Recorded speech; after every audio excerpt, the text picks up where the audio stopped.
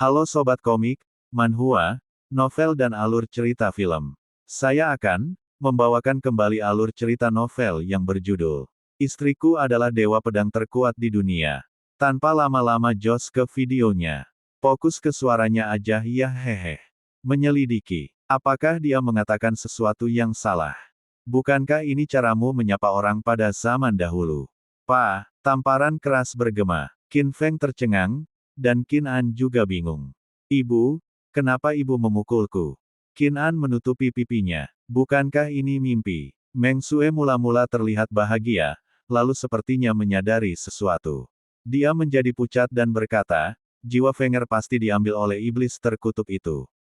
Kalau tidak, mengapa dia tiba-tiba memanggilku ibu kedua padahal dia tidak berbicara dengan kami selama lebih dari 10 tahun? Sebelum dia bisa menyelesaikan kalimatnya, air mata mengalir seperti hujan.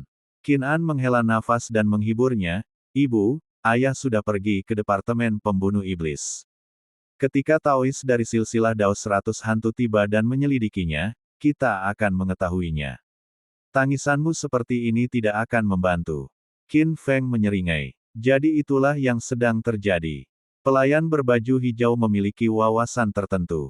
Merasakan suasana berat di dalam ruangan, dia secara proaktif membawa baskom berisi air panas ke samping tempat tidur, berniat untuk menyeka wajah Qin Feng untuknya. Aku bisa melakukannya sendiri, Qin Feng, yang belum pernah mengalami perlakuan seperti ini, merasa tidak nyaman. Dia mengambil handuk, mencelupkannya ke dalam air panas, memerasnya, dan menyeka wajahnya. Di baskom tembaga, airnya jernih, mencerminkan wajah Qin Feng, alis yang tajam dan mata yang cerah, sangat mirip dengan Qin An. Namun, ia memancarkan aura yang lebih maskulin. Belum lagi yang lainnya, hanya berdasarkan penampilannya, dia sepertinya lebih cocok untuk seni bela diri, sedangkan kakak kedua sepertinya lebih cocok untuk bidang sastra. Sayangnya bakat bawaan tidak ada hubungannya dengan penampilan seseorang. Pada saat itu, Qin Feng melihat cahaya kemasan berkedip di matanya di cermin tembaga. Namun saat dia fokus, cahaya kemasan telah menghilang. Mungkinkah dia salah? Qin Feng mengusap keningnya dan menatap sejenak, tapi dia masih terlihat seperti orang normal. Tuan muda, apakah menurut kamu airnya kotor? Haruskah aku mengambil baskom lain? Pelayan di sampingnya bertanya dengan tajam. Tidak perlu, Qin Feng menggelengkan kepalanya. Namun, saat dia mengangkat kepalanya, sesuatu yang tidak terduga terjadi. Awalnya, dia adalah seorang pelayan menawan dengan gaun hijau, tapi saat ini, dia muncul sebagai siluet manusia.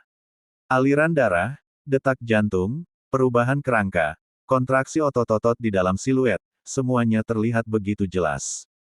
Qin Feng tidak percaya apa yang dilihatnya. Kemudian dia mendengar teriakan, menariknya kembali ke dunia nyata. Segala sesuatu di depannya kembali ke keadaan semula. Wajah Kinger memerah karena malu. Dia melirik Qin Feng dan kemudian menggigit bibirnya sebelum buru-buru meninggalkan ruangan.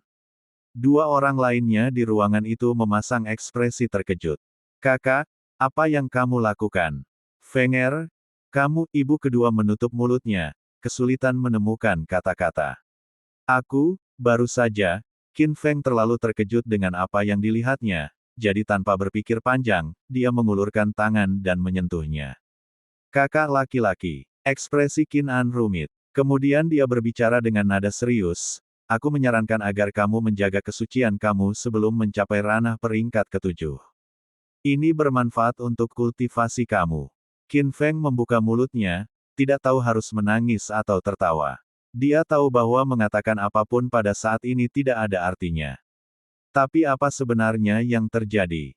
Mengapa dia bisa melihat organ dalam Kinger melalui kulit dan dagingnya? Mungkinkah ini cheat yang dia peroleh saat bertransmigrasi, penglihatan sinar X? Tapi apa gunanya ronsen mata yang tidak bisa menembus pakaian dan hanya bisa menembus daging dan darah? Apakah aku hanya diperbolehkan mengapresiasi keindahan, Boni, itu?